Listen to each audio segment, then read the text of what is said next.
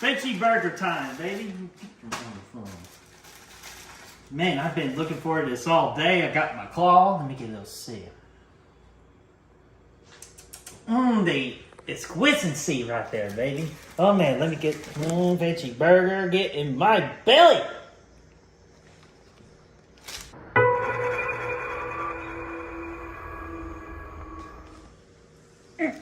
Oh.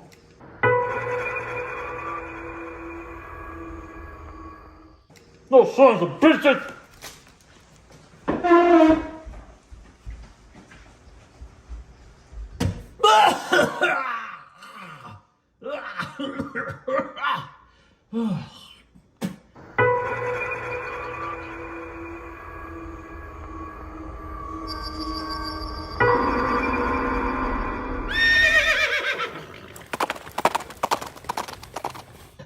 Those damn sons of bitches are putting real meat in there! I'm not vegetarian!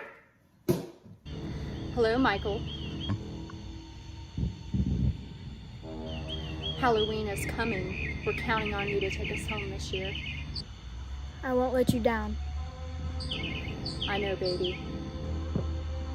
I love you, Mama. I love you too.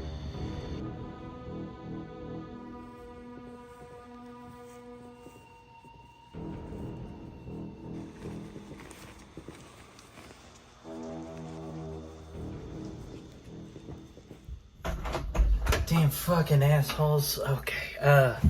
Okay, let's see here. We got the chicken corn chowder. Nope, I'm vegetarian.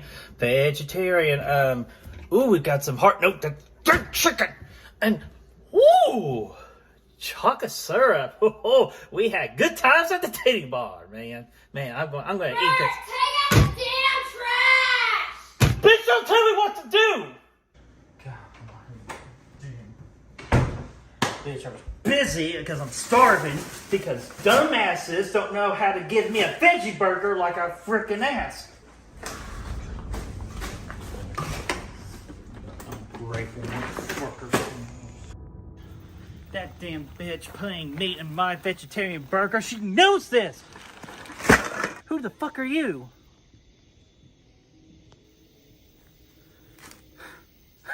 Look at you.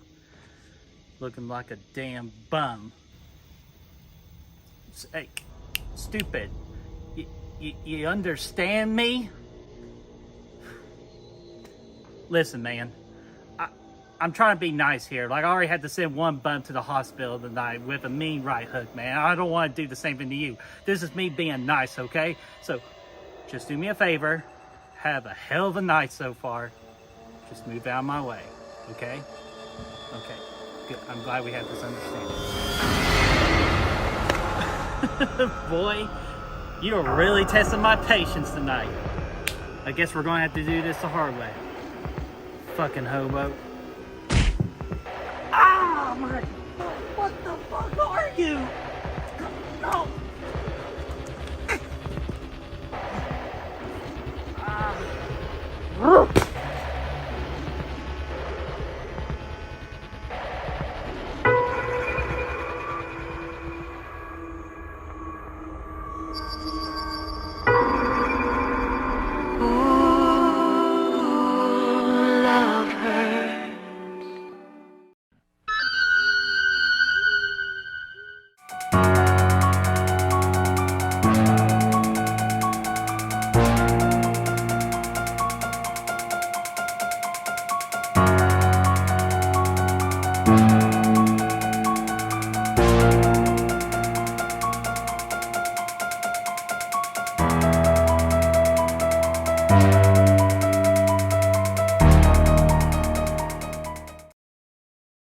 What's going on, guys and gals, and welcome to Good Reel Hunting. Re-up for the good reels, so you don't have to. It's your boy Brad, the Brett Man's right over there. We're up to week, what is it, freaking 9 right now? Week 10? Week 10 of the HalloScream freaking review series, man. We're doing Rob Zombie's Halloween 2 today. We're both really stoked about it, man. We're big fans. What is HalloScream, though, you ask? That's us reviewing each and every one of the Halloween movies each week up until the release of Halloween Ends. We started several weeks ago with all these lovely people on the screen. Those links for these other channels will be in the description. Just check out their reviews today or sometime this week, as well as they drop a bunch of good content from all these people this week. Obviously, as well, Chris Snyder is going to be doing a Letterboxd review for Halloween 2 today as well from Rob Zombie. And man, I'm just stoked to get into this one, man. Man, and I am so angry, man, with all this Rob Zombie Halloween 2 haters out there. It's making me so mad. Nah, I'm just kidding. That's my sunburn. So I apologize for that. I was working a golf tournament for 8+ hours in the hot sun. But you know what? I wasn't going to let a sunburn keep me away from talking about Rob Zombie's Halloween 2 because I love this movie. Dude, I'm stoked about it. I remember when it came out back in 2009 in the middle of the summer for some damn reason. And I just, there was a lot of anticipation for this movie for me. I liked Halloween, the Rob Zombie one, the first one. They did the original remake, but I was really excited to see where he was going to go with the sequel, because I feel like he was going to do some things on his own at this point and not redo the first movie. And that's exactly what we got with this movie. And I saw it several times in the theaters, at least twice, maybe 3 times. I can't remember. But man, I just remember being just kind of, I was very impressed with it at the time. And really my thoughts haven't changed over the years. Oh yeah, dude. I'll admit, the first time I watched this movie, I hated it, but I was young and insolent. But it was kind of like an anniversary watch. I think it was the 15-year anniversary of this movie when it came out. I watched it again. I fell in love with it. Just the main thing that gravitates towards me with this movie is the cinematography mostly, and it's just the originality of Rob Zombie coming out too, and it's just all fantastic, and I cannot wait to dive into it. Me neither, man. I'm stoked about it. All right, so you were only freaking go over our freaking movie facts and Michael Myers card before we get into this? Whip it up, dude. All right, here we go. So let me get a deep, clear my throat. Here we go. Rob Zombie's Halloween 2 from 2009 came out on August the 28th of 2009. IMDb gave it a 4.8 out of 10, and Letterboxd a 2.4 out of 5, for most of the folks coming in at 2 out of 5. Great success. And then Rotten Tomatoes, the tomato meter gave it a 22, and the audience a 44.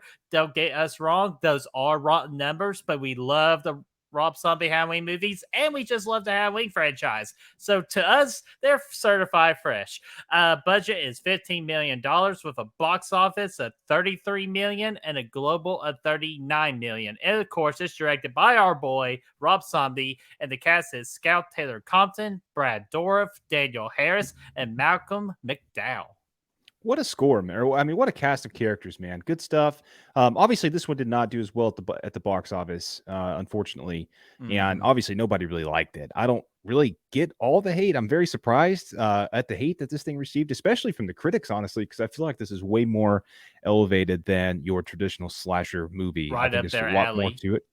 Yeah, exactly. There's a lot more to it. There's a lot of depth. There's a lot of layers, and there's, a lot of stuff in it that really, just makes it more, there's more to it. There's more to chew on. So whatever, man. Yeah, absolutely. And like I said last week, prepare for these particular numbers for Rob Zombie's Halloween 2. But it still made a profit. Like, it did double its budget and all that in the box office and all that. But I feel like it did in fact deserve more. But I am kind of glad now we are sort of having a cult following, and I'll accept that. Yeah, man. It did. I mean, it did well enough. They were actually planning on making a third one, and this, Rob Zombie wasn't going to do it, but it was going to be Halloween 3D. And the script was pretty crazy for it. But I remember I was really excited about it when they had kind of announced the pre-production, and it just never really got rolling. So, but yeah, whatever. It is what it is. Without Rob, it would have been amazing. It would have been amazing just for the fact that with what happens at the end of this movie, and to play off that would have been really interesting. Yeah, it could have been really cool. Oh, yeah. So let's freaking go over our Michael Myers card. Returning once again is the tall behemoth of a man named Tyler Mane. And the child actor is Chase Wright Fennick, just because the other kid grew a little too old. So they had to get a new kid. Yeah, too old to beginnings training. Black is not a color. But anyways, so in this movie we had 17 kills. How did freaking Michael Myers kill his victims in this movie? Glass shard, a butcher knife, hands, an axe, deer antlers, and his foot. Deer antlers, I think, is the first time in the franchise, if I'm not mistaken. I don't think I've seen that before. Well, So we've that's seen cool. it in another different type of horror movie, but I think Michael Myers says this one pretty more brutal. Dude, Brutal Ass Myers here, man. This is one of my favorite versions of Michael Myers to date. I know a lot of people don't like it because he's Hobo Myers, but I think it's freaking awesome. Again, it's grounded, and for that reason, I've always been really drawn to this. And he's fucking intimidating in this movie, man. Look at that big ass knife, dude.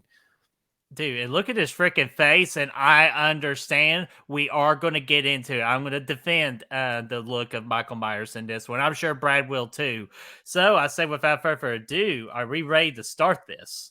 Let's get into it, Chewy. All right. Before we really get into it, just want to let y'all know if this is your first time with the HalloScream Review Series from our end of Good Real Hunting, here's how we're going to do it. We're going to go through this movie from chronological order from beginning to end. We're going to say what we like about some stuff, what we don't like about some stuff. And then after that, we'll talk about the movie a little bit overall. Then we're going to do our WTF and our best kill. And after that, we will do a movie rating. And then we'll freaking close out. And then we'll go into another era of Halloween next week. This thing starts off with this little white horse thing popping up. It's showing, hey, it's telling you that the white horse is symbolic of Michael's rage or whatever. It's his driving force, essentially, is what it's telling you at this point. Yeah, and can we just go ahead and just address that you all cannot complain about the stupid white horse, okay? Because they clearly explained it at the beginning of the movie. Like, come on, guys. They explained it, so it makes sense. It was a little random. I'll give you that. It was completely random. But Rob Zombie said that he actually came up with this while they were out there filming the movie. Like, it was a very late addition to the movie. This was something that he did, in production. So that was interesting. And then we start off with the scene with Deborah Myers talking to young Michael, the recasted version. And it's just a decent little moment of them, basically where she brings him the white horse like toy or whatever. And he had a dream that she was on a white horse. This whole thing kind of setting up the white horse is basically what they're going with. New child actor's decent here. Again, they had to do what they had to do. We missed Dig, but it is what it is. He was fine. But then it moves on to picking up exactly where Halloween ended, the first one, Rob Zombie's first one. And it starts with the scream from Laurie. She's walking down the street. And right off the bat, we can see that this film is going to be different just in the way that it's shot, because we get this really grainy looking 35 millimeter look to it, shot on film. And it looks freaking awesome and dirty and grimy and awesome when we see. Very similar to Texas Chainsaw Massacre from 2003, but without the Michael Bay shit. Right. I love the look of it all the way throughout the movie. It really gives it its own kind of vibes and flair. And I really like it for that. It just makes it feel dirty in a good way. Oh, yeah, dude, absolutely. And just, I cannot wait for someday this movie to get a 4K release, because like I was saying a little bit before we got this, the cinematography blew me away with this. And there's one particular scene I will talk about in further detail when it comes to cinematography, because I would put that as my third favorite shot in the entire franchise. So major plus whoever the cinematographer of this movie is. Yeah, it's some of the best cinematography in the franchise. It's really well. I mean, this is beyond slasher territory when it comes to the camera work here in this movie. And I credit Rob Zombie to a lot of that. Man, he does a great job with it. And so this, it starts off. Laurie just blew Michael away, and now she's walking down the street in the rain. They've changed filming locations. They're now filming in Georgia, by the way. It's same town that they filmed Jason Lives in, by the way. So that's really cool. But she's walking down. They're obviously it's still set in Haddonfield. She's walking down the street right after blowing Michael away. It's pouring down rain. Sheriff Brackett comes rolling up on her, and they have this whole moment where he's like, "Oh, Laurie, who'd you kill?" She's like, "Oh, I killed him." He's like, "Who'd you kill, hon?" And then he takes her ass to the hospital, and then begins this brutal ass freaking surgery scene with her and Annie getting all freaking doctored up and stuff from the events of Halloween night, which is really cool. Oh, dude, it's so damn cool, and it's just again credit to Rob Zombie. Kind of like he kind of did this too, Brad, with the Devil's Rejects. He did look at like dead bodies and like surgical procedures to see how they actually look, so he could kind of combine that visual with the movie. Of course, he couldn't go that extreme, but he kind of used that as kind of like what's the word I'm looking for? Kind of like just like comparing, so he could put it into the movie, just to fill in what we call the details, the very He simple also details. details, Michael. He brought in actual surgeons to do the Mm-hmm. scenes as well, to do these kinds of scenes where they're doctoring up Lori at the hospital. It's really cool stuff. We set up the Lori or the hospital setting here for a really dope opening that we're about to have. Also, simultaneously, it's back at the Myers house where he was just blowing away, and they're loading his big ass into this van from these two meatheads, and they're Richard they Blake. go. Yeah, freaking again, this was one of his earlier roles with Rob Zombie.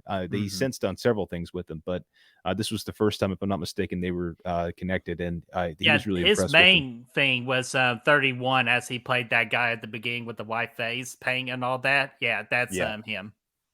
Yep, same dude, and then he's done a lot of the other stuff. But yeah, him and the other corner guy, they're taking Michael's body across to the coroner's office or whatever.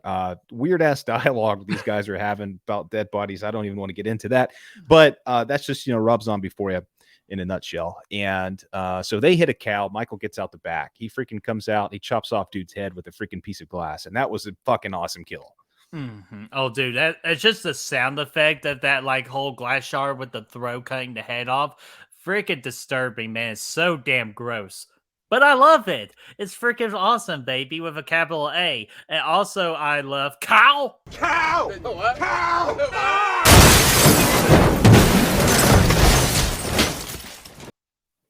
Yeah, they hit a damn cow, dude, and they freaking blew it away. Like their car got it smashed to pieces. And man, I mean, honestly, it's a really Eats cool more atmosphere. chicken. Yeah, right. That's what they was saying in the road.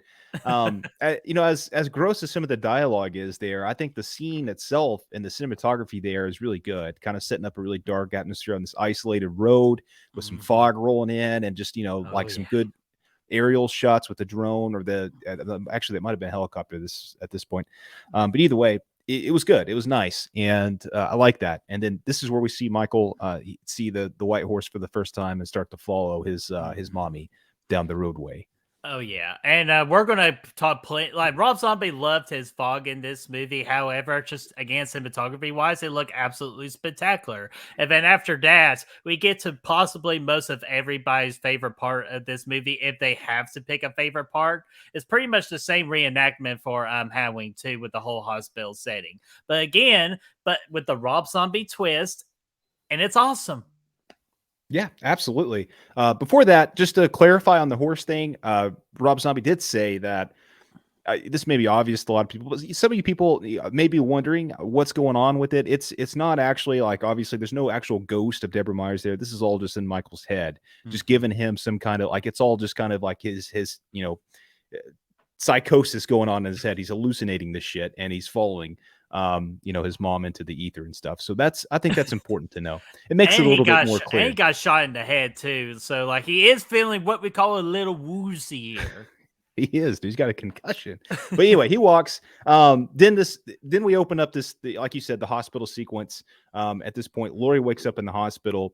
It's very kind of desolate and weird and almost dreamlike, and that's because we hear in a second we'll find out, it is going to be a dream, which is cool. But yeah, she wakes up. Octavia Spencer is there from Ma. She's like one of the nurses. Very random role, but I'm glad she was in it. She did a good job.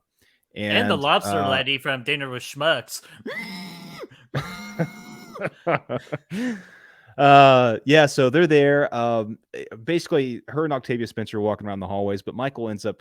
Octavia runs away. She goes to get a call, and then she comes back out, and she gets her mouth is slit open there. And then Michael comes in and just freaking lays the wood to her, dude. Completely desolates her. And one of my favorite kills, because of the freaking intensity Michael is bringing to this. This is the most rage we've ever seen from Michael up to this point. He's grunting. He's freaking every freaking stroke of the knife. He's pissed off. He got shot in the head. Now he's mad. And he's freaking just grunting every time he pulls the knife down on her. And she gets destroyed, dude. Oh, dude. Again, the sound effect with each freaking blow is so disturbing, too. So, again, whoever did all the sound effects to this movie, bravo once again. But, yeah, plus a lot of people get pissed off with Michael grunting because it's sort of kind of like the equivalent of him talking. Guys, again, from the last review, if you compare the first one and this one to the original, this movie is going to fail for you. You have to treat this like its own little like multiverse scenario. So in this world, Michael grunting and like seeing the eyeballs and all that, it works for this particular world for Rob Zombie. Yeah, again, it's perfect. It's different. It's its own thing, and I think it's important to take. You have to look at it through that scope, or you're not going to appreciate it. And I think in this version of Michael, I think it's absolutely appropriate for him to do whatever it is, because this is completely different than what we've ever seen before. Except And the for grunts, one scene at the end with the director's cut, but we will not talk about it. I don't. Well, yeah, we'll get there. But yeah, I don't. I love the grunts. So anyway, he chases around the hospital H2 style from 1981. Really good sequence. It's kind of drawn out a little bit more in the director's cut. There's more scenes to it to really kind of drive home the fact that it is a dream. Like there's this whole scene in the director's cut where she goes across this little garbage thing. It's like a pit of bodies. It's like there's like 100 freaking bodies in there. And she crawls across of it and falls in and all this stuff. That would have been so cool. It was really cool. I enjoyed that actually. And honestly, I kind of like the director's cut more so than the theatricals for this. Oh one. yeah. It's kind of and weird. There's another scene we'll talk about when we get to that point too. Like I've seen bits and parts of the director's cut, but what you just explained to me, I have not seen that part of the director's cut. So now I'm freaking want to watch it. It's gnarly, dude. It's a gnarly piece. So anyway, she gets out of the hospital after she slides down all the stairs, which by the way, Scout Taylor did a lot of her, actually really all of those stunts of her falling down the stairs herself, because she's a trooper like that. She took a beating in this movie. I'll tell you that for sure. And I'll explain another thing that happened to her on set when we get to it. Like I know I'm so excited to get into the second half of this movie, but let's finish this first half. Yes. She goes out to this little shack in the back of the hospital, and she goes out there, and she runs into Buddy the elf. What's your favorite color? And now it's this little guard dude named Buddy, and this is another clue that's a dream, because Buddy is the name of her little bear that she's holding when she wakes up. So it's just it's a nice little clue that this is a character that she has put into her dream. Buddy, the guy. So she goes in there. He locks her in the shack to keep her safe while he goes out to get her some coffee to get her nice and warm. Michael shows up, acts as this guy in the back as he's opening the door to get back in there, and then he busts into this shack, freaking Tyler Main style. Again, fun fact. This shack that they built, they built it with the wrong materials. They were supposed to make it where it breaks away, but they did it with real, actual freaking sturdy ass wood. And Tyler Main had to bust through it himself, and he did it eventually, but it took a lot longer than anticipated, and it worked really good. Yeah, it freaking worked because it just again sells the brutality of freaking Michael Myers. Dude, and when he's walking up to that shack, one of the best shots of Michael, dude, is pouring rain. Yes. He's walking across this parking lot and just getting like in this freaking it's getting drenched in this freaking downpour. And he's got his axe. Too. Oh, it's badass. His mask looks badass. I mean, it's one of the best looks of Michael of all time. Oh yeah, dude, absolutely a thing. When he finally breaks into the shed and goes after Lori. It's a dream, and Lori just freaking screams like crazy. A little homage to H2O when Jamie Lee Curtis woke up from her nightmare and all that. And then we get out of the dream world, and we're here in reality. Lori looks like absolute shit. But again, she's been through a lot within a year, because that's what we learned, that this happened a year after the events of the first Rob Zombie Halloween. And if you're watching the director's cut, it's 2 years. So I don't know why they made the change in the theatrical cut, but they did. So director's cut's 2 years, theatrical cut is 1 year. Doesn't make sense, whatever. But now we get into the point where we see Laurie's really just kind of fucked up from the events of before. And I think this really kicks off the best look of Laurie's PTSD in the franchise. It's better than Halloween 2018. It's better than H2O. This is the moment where you really get a look at, how the events of Halloween have fucked up Laurie's mind, because you can see that she's a completely different person now. Oh, absolutely! Yeah, how all this happened with an amazing performance from Scout Taylor Compton. To me, this is the best acting I've ever seen Scout Taylor Compton do in her entire acting career. I thought she was absolutely phenomenal, and I also loved, like you said, definitely the best version of PTSD, Laurie Strode, and I also like how they kind of handled it in this movie. And lastly, I know this is a slasher movie, but in a way, this is easily a psychological thriller too. Oh yeah, 100%. Because you're really seeing the toll. Like I said, you're seeing the toll that this last movie took on her. She's on the end of her rope at this point. She's losing grasp of reality throughout this, Mhm. especially in the director's cut. They take away some of this in the theatrical cut, which makes her more likable, but I think it also kind of takes away with what Rob Zombie was trying to do with this movie, and really kind of driving the fact that she's losing touch with reality because of how messed up she is from 2 years ago, whatever you want to look at it. So Mhm. I think that's important. And yeah, she's so like you see, like she's kind of like she's living with Annie and Brackett now, and that's another thing that's important. I think Brackett gets more involved in To this do movie early and often. Yeah, definitely. And I think he's a standout in this movie as well. Mhm. This is my favorite, thing Brad Dourif has done, obviously outside of Chucky. But when it comes Right. to actually acting, I think he's a standout in this. Oh yeah, dude, and like I always say, this movie of Rob Zombie's Halloween 2, this was the movie that showed, like to me, he is more than just a Chucky voice. He can actually be a damn good actor when given a role, a very important role, and he played deadgummit one of the most important roles in the entire Halloween franchise in this particular one. Yeah, dude. And what I really like about this too is I think this is some of the best continuity we've had in the franchise from one movie to the next. Obviously, Yes. up until 2018 and Kills and Ends, I think those movies are all really tight because they had the same director. Mhm. This is the first time. This would have been the first time that the same director came back for two movies back to back, and it shows. Right. Yes. And yeah, there's really like Annie survives, which I think was a good call.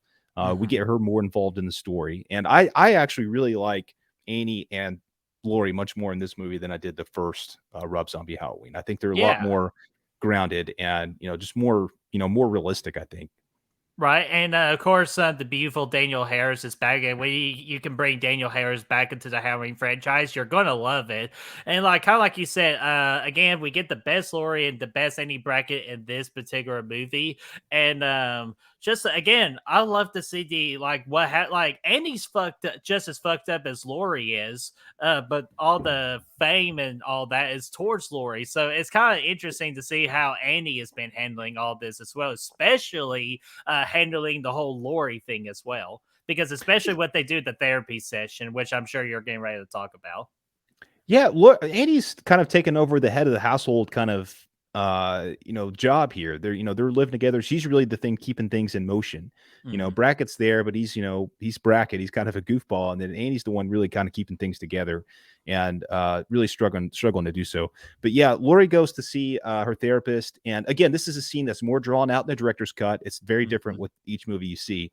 In the director's cut, you can see that again, she's really, really far off the rails, and the theatrical, you can see that she's still trying to kind of hang on. So I think that's kind of interesting. But it's really an important scene of digging into her psyche again. Really, just again, the best drawn out version of this character of Laurie Strode that we've ever seen, I think, and this is Hmm. a big part of that. Yeah, dude, very big part, especially when Laurie goes into detail about like how she could hardly look at Andy's face because every time she does, she's immediately reminded of that night too. And I can't even imagine just like kind of like going through that thought process. Like if you were freaking all broken up there, bitch, you can no longer function. If I have to look at you, that kind of like fucked me up too, just because it would immediately bring me back to that night. Right. And yeah, I think that's valid. I think that's understandable. As messed up as the situation is, I think that's, you could see where she's coming from with that. Alongside that, we get the first introduction of Loomis, Dr. Loomis, and he returns too. He survived the events of Halloween. He's at this freaking conference that he's running at some hotel, big fancy ass hotel. He's all suited up. He's the new Loomis, not the old Loomis. He doesn't like that version with the trench coat. He doesn't care for it. He hates it. And he wants his coffee these days sizzling hot. And this to Oh. me is one of the worst parts about the movie is what they did with this character. It's really one of the only things I don't like. And I used Mhm. to defend it, but really this there's really not much you can do to defend it. There's not a reason for it. They made him into a total. This is not even something that Rob explained in his commentary of the movie. It's just something that it doesn't make any sense. And I think, yeah, they just turned him into a total douche in this movie. Yeah, and I thought you couldn't do a worse Loomis than after Halloween 5. Congratulations, Halloween 2, you did that. And unfortunately, this pretty much is what holds back from this movie being a 5 out of 5. I'm not going to tell you my rating just yet, but this is the main reason for it. What the hell were they doing with Dr. Loomis at this point of time, too? There's no chance in hell that the Dr. Loomis that we know and love would become this much of an asshole. Yeah, it's not the same character at all. And I get Laurie's changed her perception. And I get it's the same concept. Dr. Loomis has gone through a traumatic event as well. And obviously it's changed him, but I think it's just gone too far. And I think that, with Laurie, it makes a little bit more sense. With Loomis, I think, he would be more able to probably, because he's a psychiatrist after all, he would probably understand the signs of this trauma and whatnot, and be able to kind of cope with it a little bit better. But at the same time, like it's just too far. He's just a dick, now, and it's not. There's no remnants of the original character at all. Oh, dude, not at all. And then after we get our introduction to freaking Malcolm McDowell's Dr. Loomis, guess who we get to finally see on the big screen on October Myers. the 30th? Yeah, Hobo Myers. And I know a lot of people lose their shit over the look of Hobo Myers, especially kind of like the heavy rumors of Hobo Myers returning for Halloween Ends. But for this one, for Halloween 2, dude, I honestly really love the look. I think it look like, plus, what the hell do you think his outfit's going to look like after a year of like hiding and all that? Yeah, I think this is the most grounded approach of Michael we've ever seen. And it started with what Rob did in the first movie. So yeah, it totally makes sense that he's going to be wearing, raggedy clothes with he's not going to be shaving. You're never going to see Michael Myers shaving. He's not going to do that. He's not going to get a haircut. He's not doing any of that stuff. So the fact that he's got this big bushy beard, it makes total sense. This is what you would actually expect in a grounded version of this character. And for me, I think I love it. I think he took, he had balls to go in a very different and unique direction. And I applaud him for that, because if this was the same, rigmarole as, 1978, just redone with new technology like that, there's nothing interesting about this. This is exciting. Oh, dude, absolutely. And it's freaking masked too, with like you get to actually see his face again in this Michael Myers multiverse world. It freaking works. And plus, you gotta remember, he freaking took a shot to the head, so of course the part of his mask is gonna freaking blow off. Like, he took a freaking shot with a 48 Magnum gun. Of course his mask will look the way that it does, man. Come on. Plus, it looks intimidating as fuck. Yeah, and so he's got the bullet hole. Another portion of his mask is going to get ripped off later at the strip club, and which is we'll get to that in a minute. Strip mask at strip club. Exactly, dude. Exactly. So I really do dig it. It kind of goes into the scene where he's in this cornfield, and he's not even wearing his mask, because why would he at this point? He's just walking in fields and shit. He's in this cornfield. He's wearing his jacket, and then it's nighttime now. It's all foggy and stuff. And I think this is probably what you're talking about with the cinematography, maybe from earlier, maybe not, because okay. Well, I particularly love the cinematography in this scene where these farmer guys roll up on him while he's on their farm. He thinks they're still in his crops and stuff, or maybe he was. I don't know before that, because he had to eat, right? So they get out of the car. They start beating his ass, Michael's ass. Two big dudes and there's a girl in the car as well. And so they start beating his ass, and then he kind of gets up. Michael does, after he gets knocked to the ground. He puts his mask on, and this is the silhouette of his ass. This is awesome. There's fog in the background where everything is lit by the headlights of this truck the farmers were driving, which is awesome. It's really good lighting. You see the silhouette of Michael's mask getting put on. He's like, "Fuck, man, I mean business now." And he slays all three of these fools, man. And it's, again, brutal as a mofo with grunts and everything in between, man. Yeah, and that's where we get the awesome antler kill by the main douchebag and all that. And then after all that, he goes after the girl who's trying to hold back those two dudes for beating his ass even more, even though that you honestly can't believe that they were actually beating his ass. Michael was just letting them, just like to get him tired out, fly like a butterfly, sting like a bee, or in this case, fly like a freaking Anyways, I can't think of a good analogy for that, but I just know that particular scene is rough because of what happens after that. Oh my gosh, dude, not the dog. But yeah, she was good to Mikey. But yeah, this whole scene again, I like the cinematography. What I really like about it though is you can see like Michael's breath when he's slaying fools, and like this is really one of the first time like we've had fall atmosphere before in the Halloween franchise, but this is really the first time it's felt like a fall weather in Illinois. In the Midwest where it's probably nice and chilly outside because he's wearing this jacket. You can see his breath.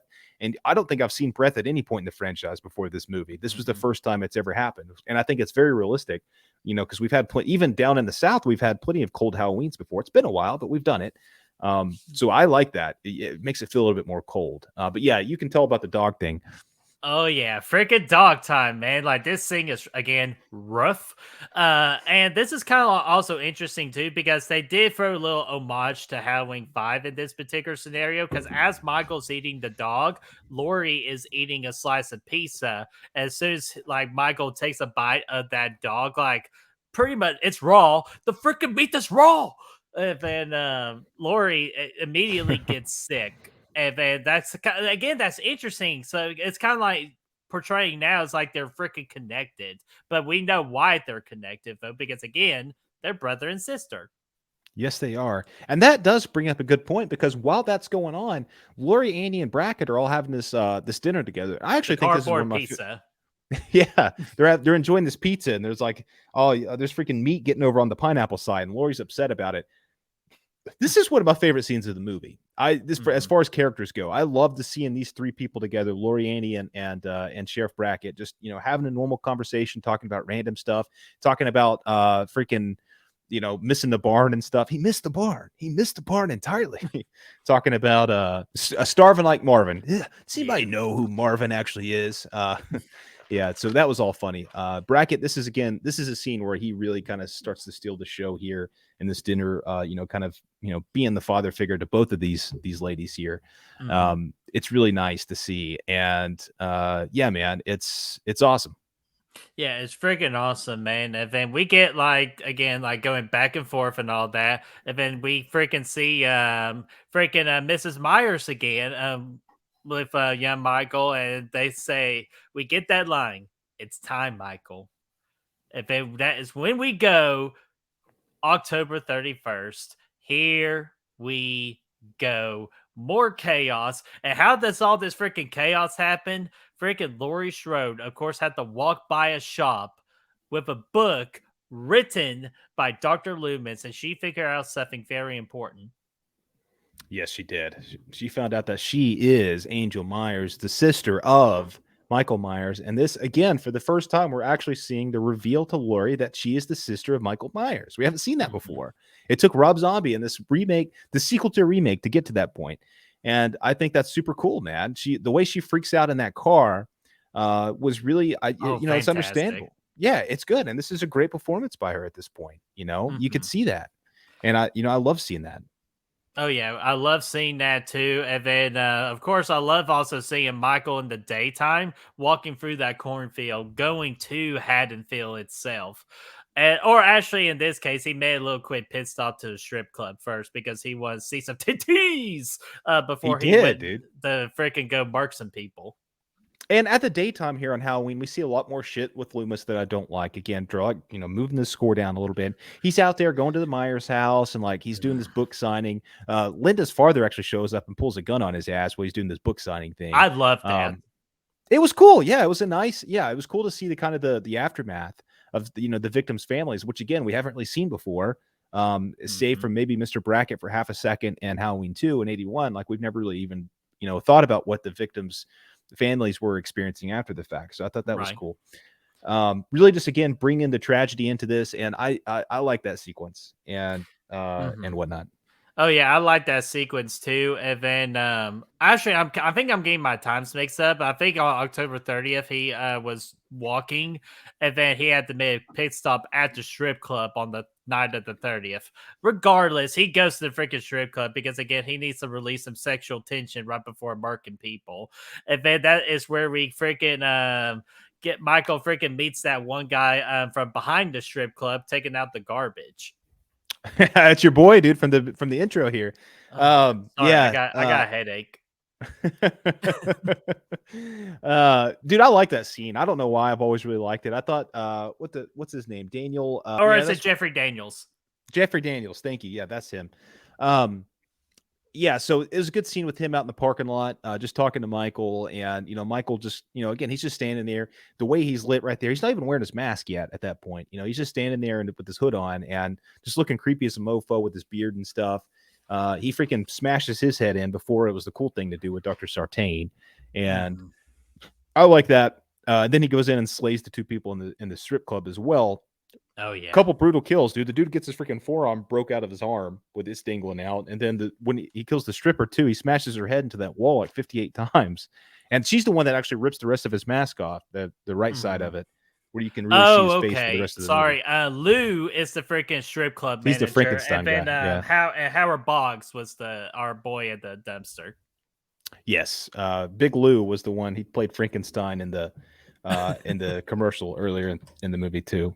Oh my gosh. But yeah, so Michael freaking he murks Sam. And then I was just gonna say at this point, we're just on Halloween, like the Halloween night. Lori is in distress. She's pretty much in the whole like I don't give two shits anymore. I want to party. And she freaking cosplays one of the maids from the Rocky Mountain or the Rocky Horror Picture Show, which I thought that was a very nice sequence right there.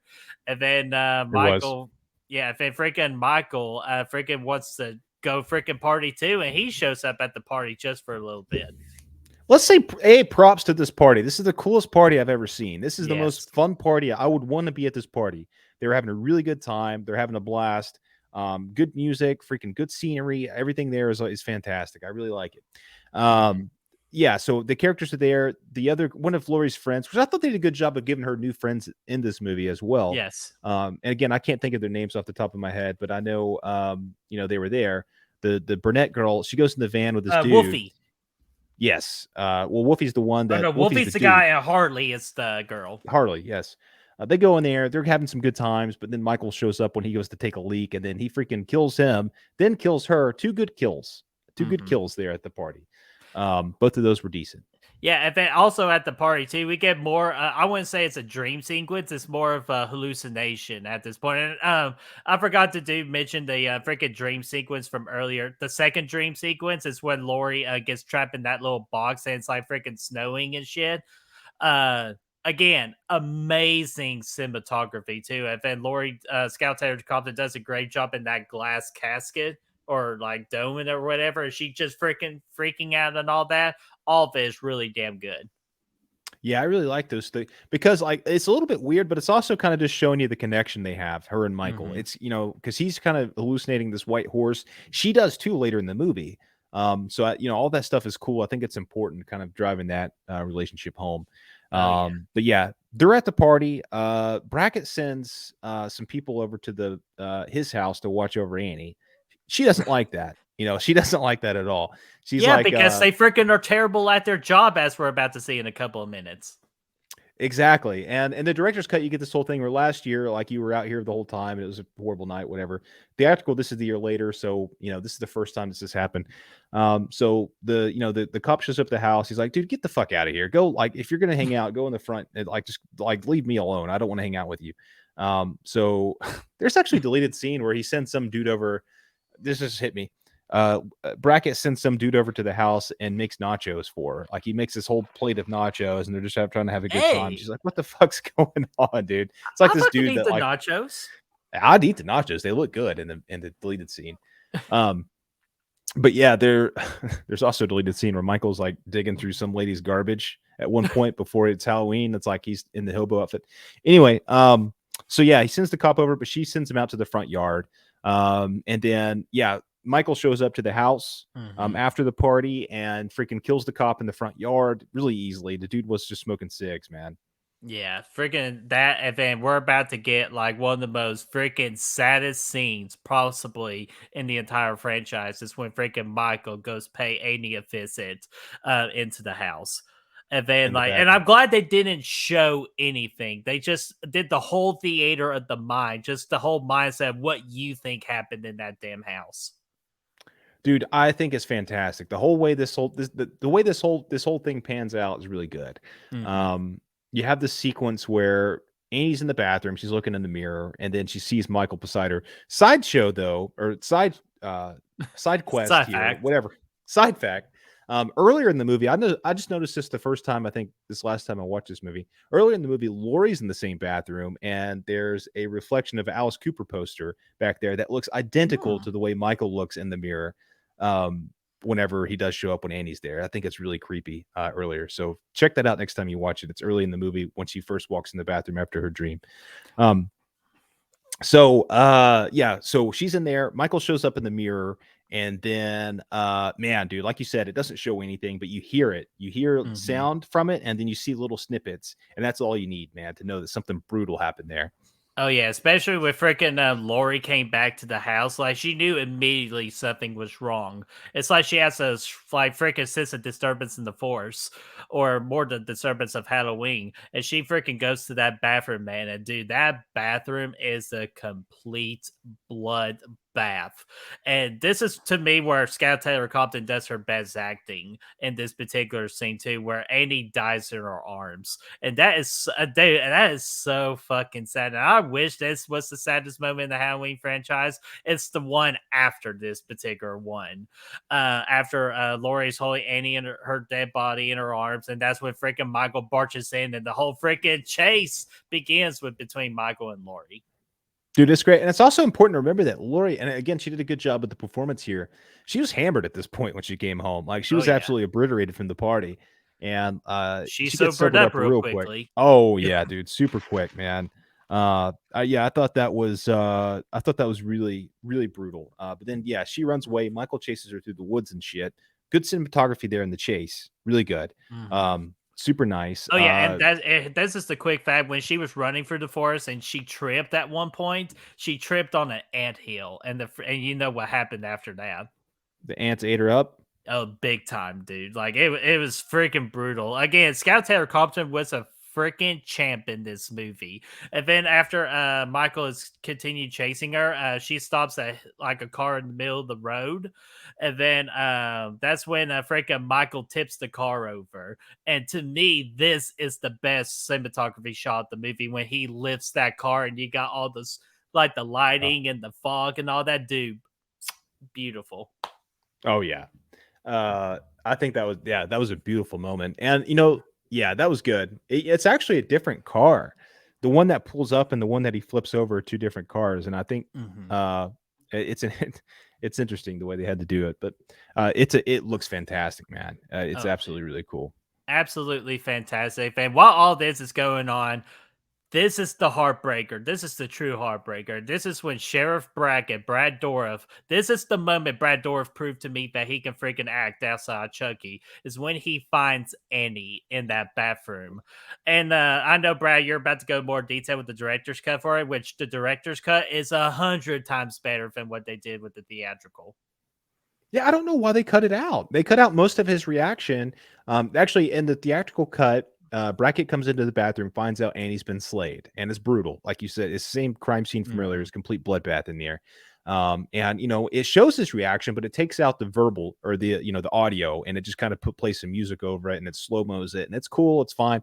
But in the director's cut, we get his raw actual reaction to it, and you really get to see the acting chops come out. And a lot of people say, "Oh, he was overacting it." No, I don't think he is at all. I think this is he's seeing the death of his daughter right here, and he's really. I don't think there's such thing as overacting in such a scene. Yeah, how would you react if you see your like daughter like fucking all slayed up there, bitch? She's no longer living. You don't know what you're gonna do, until unless you're faced with that moment. And I think what he had was very realistic. I think he just totally kind of lost it there for a second. And man, I think it's fantastic. Sad though. It actually shows little Daniel Harris in there too. Yeah, I know, which I thought that was an excellent touch to it, and kind of like the ultimate send off and a nod, like thank you, Daniel Harris, for your services in the Halloween franchise. And I thought that was really nice. And then I'm gonna quickly fly by this quick because I absolutely hate what's happening during this time. Is freaking Dr. Loomis freaking getting shamed on TV by Weird Al Yankovic. What the fuck was that all about? And that's all I'm going to say because I'm not going to waste any time with that because I'm ready to freaking get into this final act. Chris Hardwick too was there. Dude, like I don't give a shit. It's awful, dude. That was actually kind of made me laugh a time or two in that sequence. Like he gets Weird Al was there. Like it was just this whole thing. But that's his revelation for being good Dr. Loomis again, all randomly. Like, I'm sorry, but that's bullshit. He's sitting in his hotel room and he realizes, like, I've been a fucking dick. Like, this is not who I am. I got to turn this thing around. He's like, this is it. This is the end of your road, pal. He sees, so at this point, Michael, his mom, the younger version of Michael, and Lori are all in this shed. Which, by the way, the mom and like I said earlier, the mom and the younger version of Michael, that's just Michael's thoughts. Like that, when young Michael speaks, that's what Michael is thinking. Same thing with his mom. This is all going on in his head. Right. But they go into the shack in the middle of this field, and it's not a love shack. Not at all, dude. It's a hate shack, man. They're holding down, Lori's down there getting held down. And this is where it tells me they're connected to, again, is the fact that she actually feels like she is being held down, even though there's nothing actually there. And she sees what Michael sees, too. Yeah, so she's seeing all this in her head, too. And, dude, I like the cinematography in the shack a lot, too, because the cops show up. Brackett's like, no, fuck this. Even though she's dead, I'm going to finish this. And I really like that, too, when he's kind of sitting on that rocking, chair on the porch or whatever. And the other sheriff, walks up, or the deputy walks up. He's like, man, we found him, man. He's locked in this shack. And he's like, yeah, take me to him. Oh like, he's pissed. It's so much better from the Halloween 2 where freaking Chef Brackett's like, I'm going to go home and talk to my wife about this. Being all freaking pansy like, and freaking this Chef Brackett is ready to bust down that damn shed and kick ass. Yeah, dude. He goes out there. They surround the shack. And then we got a helicopter up there. And we got this freaking awesome lighting coming down in there with Michael and Lori. And it's like this lighting. And it's just the sound of the helicopter and all this stuff. It is really effective. I dig the hell out of it. And then Loomis uses his freaking teleportation powers and gets there at the crime scene instantly. That's what I was saying, dude. Fuck? That's what.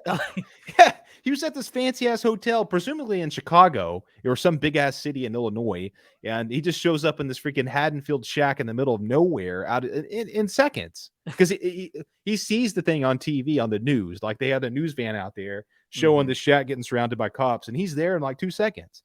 But by the time the news are there, it's been going on for, freaking 15 minutes anyway.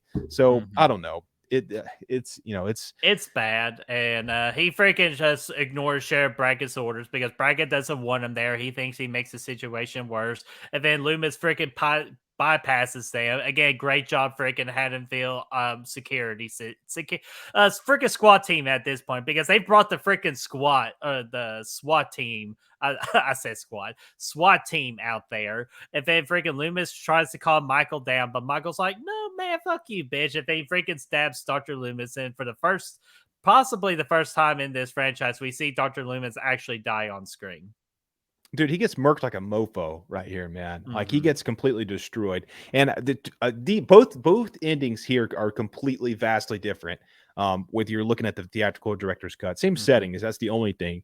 Loomis goes in theatrical, he gets slayed in there. It just so happens to free up a shot for a sniper that's out there on the perimeter through the window. So they shoot Michael and he falls. Like it's kind of silly.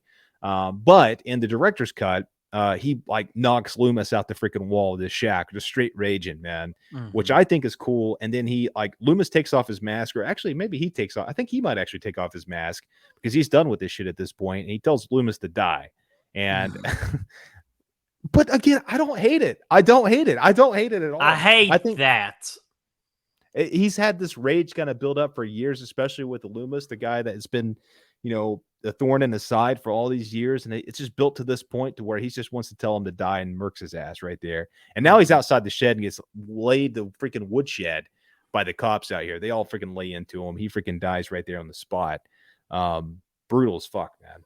Oh yeah, and then of course, like in the theatrical cut, Myers gets shot by a sniper, and then freaking falls into like this spike rack or something, and he freaking just like it's just sitting there like all miserable, and Lori is like, I don't want to see you in this pain, brother. And then she just freaking stabs him like crazy. And then after that, she walks out the freaking shed with the mask on. And I thought that was an excellent visual too, because it plays into the theory of this movie that Michael Myers is actually dead and Lori is doing all the killings. And I think that theory is very damn interesting. Yeah, I think it's kind of an interesting idea too. High tension style, it's kind of cool. Right. Um, so I think another thing. So in director's cut, it ends. Michael gets blown away by the cops in the after he comes out of the shed. After he knocks Loomis out of the shed, tells Loomis to die. I think he only stabs Loomis like once. I think Loomis is actually dead as a mofo still because the knife is like the size of a freaking machete, but it's not as brutal as it is in the theatrical cut. And then Lori comes out and actually grabs the knife and starts walking towards Loomis with it. And then at that point, the cops actually shoot Lori, and Brackett's like, "What the fuck, dude? Cease your fire, man." And then so in the director's cut, it's confirmed everybody there is dead. Loomis, Michael, and Lori, they all die right there. And it's like this really tragic ending of this triangle of people that were so involved in this that they were all three of them have died at this point. And it's really a tragedy, man, with the way it all plays out, with the way Michael was grown up, was raised and whatnot, and turned into this monster. And then, Lori not being really involved in that as much, but she was born into the same family. And then Michael or Loomis being, obviously being the doctor there, getting himself involved as well. They all freaking die at the end. I think it's a freaking awesome ending, man. In the director's cut. And it's very symbolic too of the Halloween franchise too. Your three important characters like all dying together. And Rob Zombie makes it work for that particular director's cut. But I'm more towards the side of the theatrical cut at the ending, especially with the whole asylum scene. Or Smith's scene. The asylum is in the director's cut too, but Lori's dead. And I think that's the same. I think it's the same. Well, she doesn't get shot in the theatrical cut, though, does she? She doesn't actually get shot. She just like she's like they protect her, but they know she's all kinds of fucked up in the mind, so they send her to Smith's Grove because like she's not like sane anymore. So that to me kind of takes away what Rob was trying to do at the end. So that is why I like the director's cut, because she does die. It goes to the same scene, her at the asylum, this long hallway, which you could tell is not an actual real hallway because it's not supposed to be. This is her in her mind. This is her final thought. And the last thought she has before she dies is of her mother in the white horse. And I think that is a really cool way to end it. I think the fact that they try to make that a more literal thing and put it into asylum and theatrical cut, I don't like that because, again, it doesn't look like it doesn't look real. It's just a long hallway. And in the director's cut, it plays the Love Hurts song instead of Lori's theme as it pulls out to her and fades to the credits, which I think is really good because it kind of ties that family thing together. And the cover for Love Hurts there is absolutely beautiful. Dude, absolutely beautiful. And then after we get both of those director and theatrical final scenes, the end of Raw Zombies Halloween 2, and dude, I just after talking about it, I love this movie even more. Dude, I do. I know. Dude, at what point in the franchise have you had an ending like this? Like, no other movie in the franchise has had an ending like this. This had the balls to kill off not only Lori, but Michael and Loomis all at the same time and just completely have a finite ending that, deserves to be what it is. And really just kind of pulls this whole thing together, man. I think it's fantastic. Dude, it's just the originality because they pretty much just said like, hey, Rob Zombie, we want a Halloween 2 this time. Make it your own. Do whatever you want with it. Dude, this dude fucking went for it. And I think it's absolutely beautiful. It might actually honestly be his best movie. It's up there, man. It's up there. This and Devil's Rejects are my two faves, easily man. The top two. Yeah. Absolutely. So, Brad, you want to go to some WTF and your best kill? Yes. Go for it. WTF, Harley. She gets the golden shower in the van. She asked for it. She requested it. She said she's a fan of it. When a guy's like, I'm going out to take a leak, I'm like, what the fuck, dude? That's weird. But yeah, the best kill I think is the garbage man getting taken out. The same thing Bert did in the opening here, getting a head smashed in by Michael's boot. Dude, I actually thought you was going to go with a different kill, so that's freaking awesome. So my WTF has to be that freaking conversation between the two ambulance people about wanting to fuck a corpse. That was my second one, dude. The Yeah, jam and jelly thing. what the hell was that all about? That is horrible dialogue that I wish they removed. But other than that, I thought the dialogue was a little bit more toned down than this one. It was, man. I think so for the most part. There's a lot of crazy sequences. Yeah.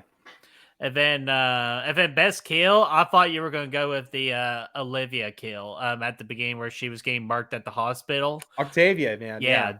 That one, it's just so damn brutal to me. Every time you say freaking kill Rob Zombie Halloween 2, I always think of that scene. It's fucking brutal. Hell yeah, man. Same. I mean, that's another one that I love too. There's a couple good kills in this one, man. Hell yeah. Dude, there really is, man. And then what about your quick overall thoughts and a movie rating? So overall, I think again, the first Rob Zombie movie was Michael Myers' movie. This is Laurie's movie, and she really stands out in it. And I think it really brings everything home for me, kind of driving down. I like the fact that we get to see more into her psyche as well as more into Michael's psyche in this thing. And I like the fact that the ending. I think the ending is brilliant. It's tragic, and yeah, man, it's what brings me to it, alongside the cinematography and a lot of the other stuff. It just feels so unique in this franchise. It doesn't play any Halloween music at any point, really. I think maybe in the credits, it does. In the credits, and that's it. Especially in the director's cut, there's no Halloween theme in it. It really goes on its own. So I love it for that. I'm going to give it a 4.5. Ooh, man, dude, that's freaking awesome, man. But yeah, at the end of the day, for me, the cinematography is beautiful, the score is beautiful.